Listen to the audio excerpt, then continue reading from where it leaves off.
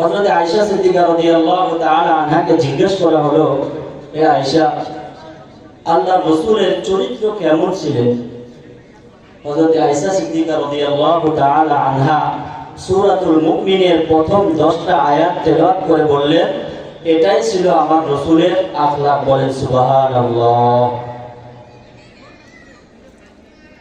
আল্লাহ রাব্বুল আলামিন এই আয়াতের মধ্যে মুসলমানদের সফলতার কথা তুলে ধরেছেন। আজকে আমরা সফলতা অর্জন করার জন্য দুনিয়ার পিছনে দৌড়াই। কেউ সফলতা খুঁজে ক্ষমতার মধ্যে, আবার কেউ সফলতা খুঁজে টাকা পয়সার মধ্যে, আবার কেউ সফলতা খুঁজে নারীর মধ্যে, আবার কিছু মানুষ আছে যারা সফলতা খুঁজে বাড়ির মধ্যে, আবার কিছু মানুষ যারা সফলতা খুঁজে গাড়ির মধ্যে। আছে না নেই? আমার আল্লাহ রাব্বুল আলামিন মুমিনদেরকে ডাক দিয়ে বলে, মুমিন, আমি আল্লাহ রাব্বুল আলামিন দুনিয়ার সফলতা কিসের মধ্যে রাখলাম জানোনি? আমি আল্লাহ রাব্বুল আলামিন ক্ষমতার মধ্যে সফলতা রাখি নাই। আমি আল্লাহ রাব্বুল আলামিন নারীর মধ্যেও সফলতা রাখি নাই। আমি আল্লাহ রাব্বুল আলামিন টাকার মধ্যেও সফলতা রাখি নাই। আমি আল্লাহ বাড়ির মধ্যেও সফলতা রাখি নাই। আমি আল্লাহ গাড়ির মধ্যেও সফলতা রাখি নাই। এরে মুমিন শুনে নাও, আমি আল্লাহ মুমিনদের জন্য সফলতা রেখেছি একমাত্র ঈমানের মধ্যে। কিসের মধ্যে? ঈমানের মধ্যে। قد أفلح المؤمنون الذين هم في صلاتهم خاشعون। আমার আল্লাহ রাব্বুল আলামিন মুমিনদেরকে ডাক দিয়ে বলে, মুমিন বান্দা, যারা দুনিয়ার সফলতার পাশাপাশি পরকালে সফলতা অর্জন করতে চাও, দুনিয়ার কোনো কিছুর মধ্যে সফলতা অর্জন করতে পারবা না, আমি আল্লাহ রাব্বুল আলামিন তোমাদের সফলতার পথ দেখায়া দিলাম। আমি আল্লাহ কোরআন নাযিল করেছি, এই কোরআনের মাধ্যমে তোমাদেরকে সফলতার পথ দেখায়া দিব।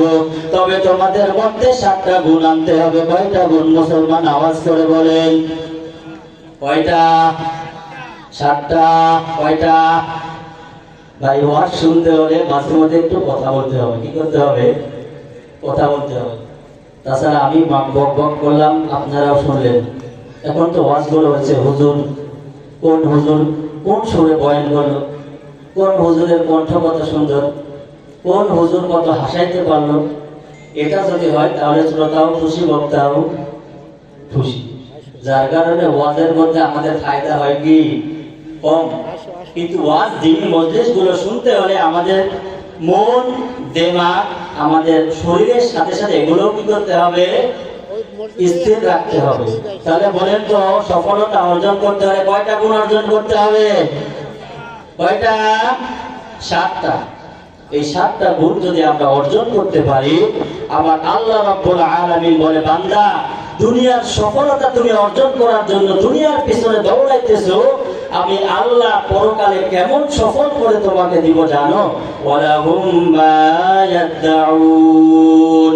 আমার আল্লাহ রাব্বুল আলামিন বলে, মুমিন, দুনিয়ার মধ্যে কেউ সফলতার মুখ দেখতে পারবে না। দুনিয়ার মধ্যে যত মানুষ আছে সবাই পাগলের দল।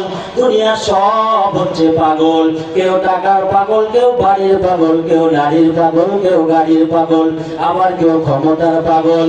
আর দুনিয়ার মধ্যে এক শ্রেণীর মানুষ আছে যারা টাকার পাগল না, বাড়ির পাগল না, নারীর পাগল না, গাড়ির পাগল না, ক্ষমতার পাগল না। ওই বান্দা হচ্ছে আমি আল্লাহর পাগল। ওই বান্দা যেখানে যায় তালাশ করে আমার আল্লাহ কই, কোথায় গেলে আমার মাওলারে পাওয়া যায়। বান্দা শীতের মধ্যে ওযু করে প্যান্ডেলের মধ্যে বসে গেল আল্লাহরে তালাশ করার জন্য। বান্দা মসজিদে গিয়ে সিজদা দিয়ে তালাশ করে আমার আল্লাহ কই।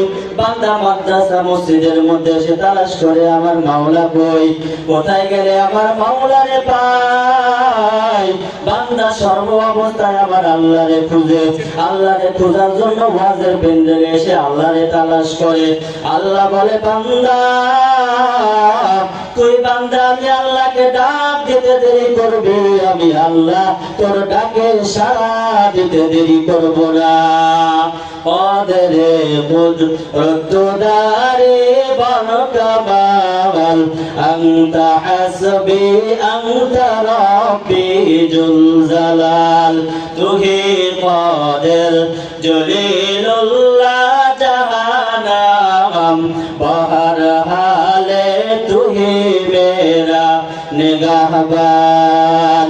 আমার আল্লাহ রব্বুল আলামিন বলে বান্দা দুনিয়ার মধ্যে তুই আমি আল্লাহরে ডাক দিবি, আমি আল্লাহর সাথে সাথে তোর ডাকে সাড়া দিয়ে দিব। বলেন সুবহানাল্লাহ।